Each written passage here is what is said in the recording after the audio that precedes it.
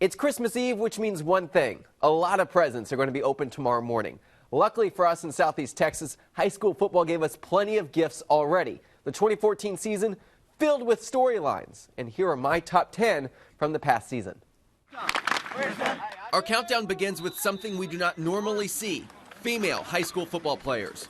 Oh my gosh, is that a girl? After the game and we're shaking all the guys' hands, like, they'll turn around and be like, oh my word, that's a girl, I promise that's a girl. West Sabine sophomores Makenzie, Welch, and Vasquez dressing for some varsity games this year. Me and her were talking about it like our 7th grade year. We were like, we're going to play in high school, and we actually did it, and nobody thought we would. Number 9 on our list, the wait is over. The Hamshire-Fannett Longhorns making the playoffs for the first time since 2003, after earning the 4th and final playoff spot from District 9 4A Division II. We've worked hard, and these guys have worked hard all off season, and preparation we have put in has been very deserving. The Longhorns would end up losing in the first round of the playoffs to Lamarck. Number 8, Thrillers in District 22 5A. Nederland beat Central 39-36 on a goal line stand in the final seconds of their October matchup. Meanwhile, Central involved in another barn burner less than a month later, a double overtime 29-21 victory over district opponent P&G on November 1st. This is the second year in a row. I told Coach Fairclough, I said, next year let's just skip regulation and cut out the injuries, and we'll just go straight to overtime, because we played 6 overtimes in 2 years. Of course, there is another game that was also epic from the district this year, Mid-County Madness, which we'll relive later in the countdown. Touchdown, Bulldogs! Number 7, the end of 2 losing streaks. Kelly snapped its 21-game losing streak in August against the Village Houston. Meanwhile, the Lumberton Raiders ended their 22-game losing streak in September against Bridge City. It's great, going to school, feel like a celebrity going around.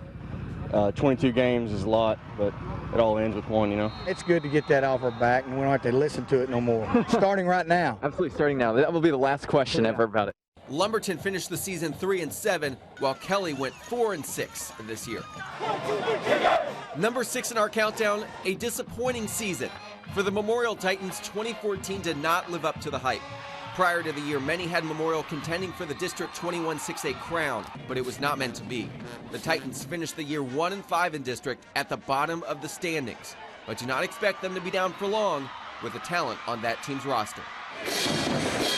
Number 5, a magical Thursday night for the Ozen Panthers in November. A win in your in-game against Goose Creek Memorial, a game that came down to the final minutes. And when the clock struck 0, the Panthers held on, winning 34-28.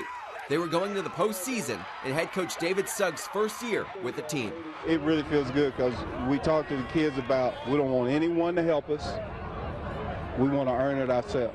And they went out and did it. Ozen would fall in the first round of the postseason to Crosby. Number 4, the dramatic District 12 3A Division I race. A 3-team duel coming down to the final week between Buna, East Chambers, and Kirbyville. Each team wrapping up district play with only 1 loss each, a 3-way tie for first place in the district. The Cougars, Buccaneers, and Wildcats would each get at least 1 win in the playoffs. Number 3, a winning streak over. Heading into Halloween night's matchup against Goose Creek Memorial, the Nederland Bulldogs had won 29 straight district games. But Goose Creek did not care at all. The Patriots went out onto the field and topped Nederland in double overtime, 57-56. Number 2, Mid-County Madness begins a new tradition. For the first time in the history of the PNG-Nederland rivalry, the Bum Phillips Bowl trophy was handed out to the winner in honor of the late coaching legend. It's just a special night for us. It's a great honor, certainly, and I think the schools are honored, too, by having him, because he was such a great person. Each team left it all out on the field as they always do, and for the 5th year in a row, it was the Nederland Bulldogs victorious in Mid-County Madness, beating PNG 35-28. Every year we start the week saying, hey, we got to prepare mentally and physically to win the last play to win the game. More than not, it comes down to that or pretty close to it, and it did tonight. And finally, number 1, an easy choice, the West Orange Stark Mustangs and Newton Eagles state championship runs. In 4A Division II, the Mustangs made it all the way to Jerry World before falling to Gilmer in a tough one, 35-25 in the title game. When you stop and look at it, you look around, Them other people are playing basketball.